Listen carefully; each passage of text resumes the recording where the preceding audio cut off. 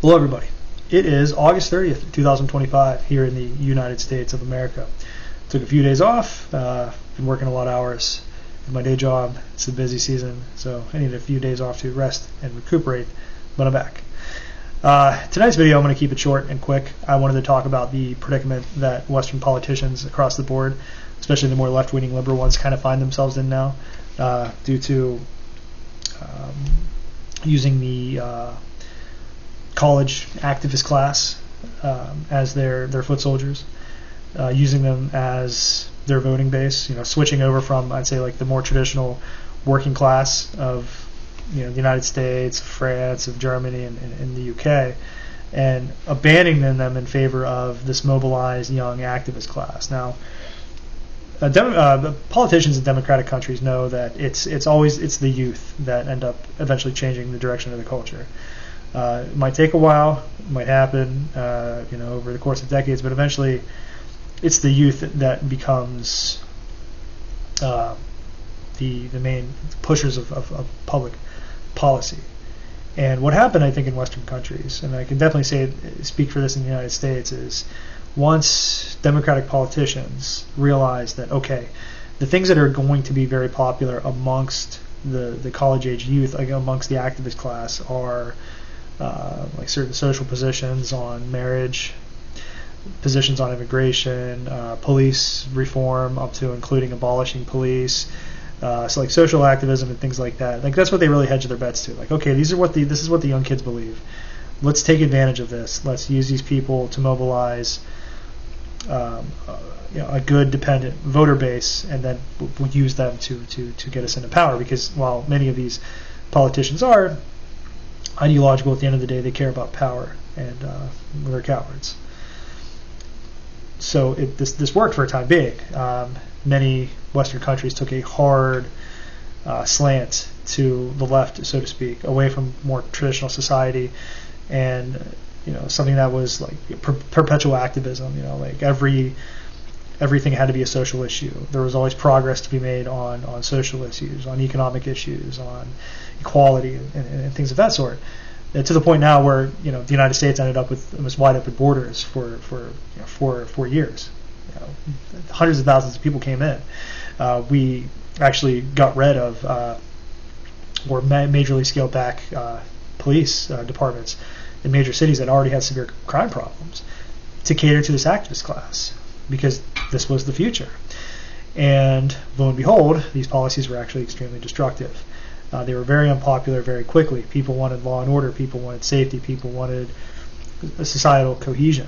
And what's happened, not just in the United States, but across the West over the last 2 decades, has been a complete loss of that social cohesion, complete loss of that traditional society, complete loss of any semblance of really having like a stable nation. And these politicians have seen the writing on the wall that these policies are horrifically unpopular amongst the working class that they thought they no longer needed. Turns out they need them again, because to right the sinking ships, so to speak, that they're captaining at the moment, they need to move back towards the center. They need policy positions that are more popular. Right now, the United Kingdom is actually, according to many people, on the verge of a civil war or a complete breakdown of the government, because the political class in the country completely moved in the direction of student activists, because this is what they thought the future was, with no real regard to how these policies would actually impact their countries once they were enacted. I think the United Kingdom's immigration policy has been disastrous for its social cohesion and has become insanely unpopular, to the point now where Keir Starmer is trying to move back in a more palatable direction on illegal immigration, to try to sway the British working class into supporting his party once again. But the problem is, these people know they were abandoned by these parties. The American middle and working class knows they were abandoned by the Democratic Party in favor of these young activists that they're now stuck with, and that the middle and working class have moved over to what is now considered the right wing.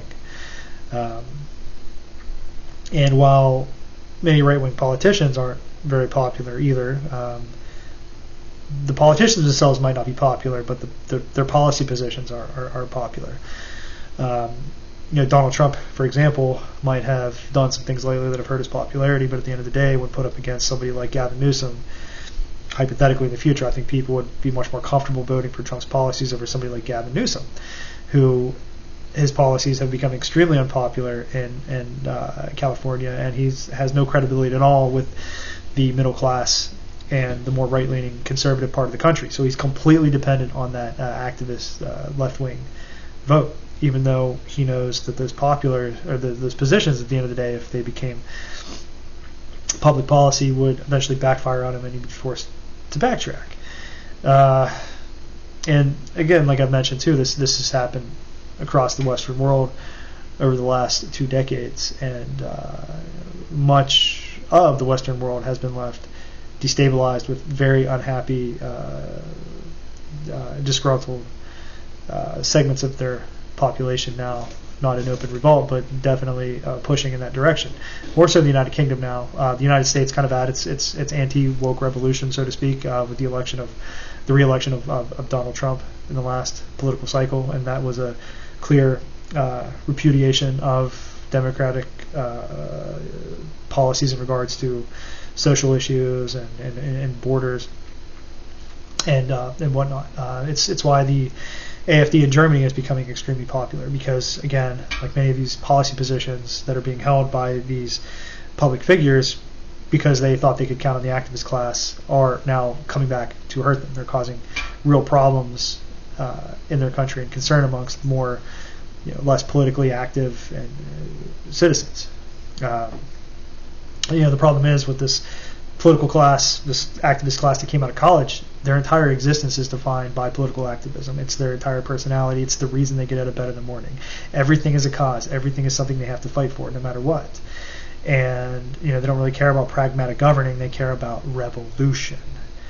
And at the end of the day, many of these politicians that openly advocate for their causes would prefer to stay in charge in a country where they can actually get paid, have the benefits of ruling over something. They don't want civil war. They don't want revolution. They want comfort, and they thought they could use these people and then rein them in once they were firmly entrenched themselves in seat of power. And it's kind of funny, and I'll use the United States as another specific example of this conflict in Gaza. It's been fairly entertaining to see the Democratic Party, the establishment, has been firmly on the side of Israel. Both parties are. Actually, it's just the way things are. It might make people uncomfortable to talk about, but it's the truth. And their activist base on the left wing is not. Again, because they see Israel as a colonial project of the West, and anything they view as colonialism they are firmly against. And because of that, they're now at odds with many politicians that they openly supported. Joe Biden, for example, actively gave weapons and funding to Israel, as most American presidents do, but then this activist class that thought he was going to come in and save the country from the evil fascistic Donald Trump were left dumbfounded. They couldn't believe that the man they put all their hopes in turns out isn't a political activist like they are. They were used to garner votes. These people are promised things, they're catered to, and then they're never given what they want. But they don't realize it. But the moment they start to realize it, the moment they really start to become a political liability for the left wing, for the Democratic Party, then they become a serious problem. This is why Antifa no longer really has much of a presence on American streets, is because they became a liability under Joe Biden, to the point where they were actively cracked down on, because their street violence, if it happened under Joe Biden, and it couldn't be blamed under Donald Trump, would simply hurt Biden and force him to act and bring about order, because at the end of the day, people in the Western world the average person is more concerned with being able to feed their families, having safe streets, clean cities, and not having bombs being dropped on their head. That's the main concern of the average citizen. And then once those needs aren't met, once they realize that these public policy positions are actually making their lives worse, well, then they are quick to take to the streets and go to the polls And if these politicians that have been dependent on the activist class would like to stay in power, well, then they need to cater to these people to get their votes, to try to make them happy. But then when they do that, the activist class becomes angry and violent, and they begin to protest. So hedging, so the entire neoliberal establishment across the West hedging their bets with the young, motivated generation of college kids, I think was a massive political blunder. It has done nothing to actually advance anything across the Western world. It's made everything far worse. It's made, I think, social issues, it hasn't really solved any of them, to be honest with you, and I think that's actually just made everything worse. And like I said, they're sort of stuck now with having this class of people, this activist class, as their base. So where do they go from here? And it's not just the United States, but the UK is probably the worst example I can think of right now, where the country is teetering on the edge of political collapse because of this decision to appease a certain activist class in regards to the public policy, because they were viewed as the future. And if this is the future of society, then the ruling class, the opportunists, the ones that want to be in power, would like to ride on top of that wave. But now that that wave has come crashing down, they're sort of stuck with nowhere to go politically. And I think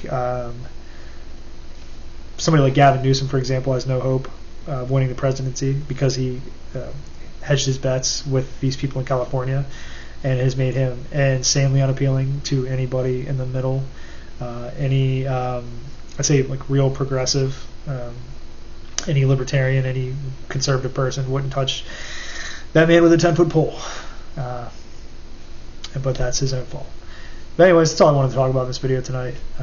My allergies are killing me, so I'm going to cut this off here, call it a night. I'll be back Wednesday with another video. If you like this content, share it, like, and subscribe. And until then, have a good one.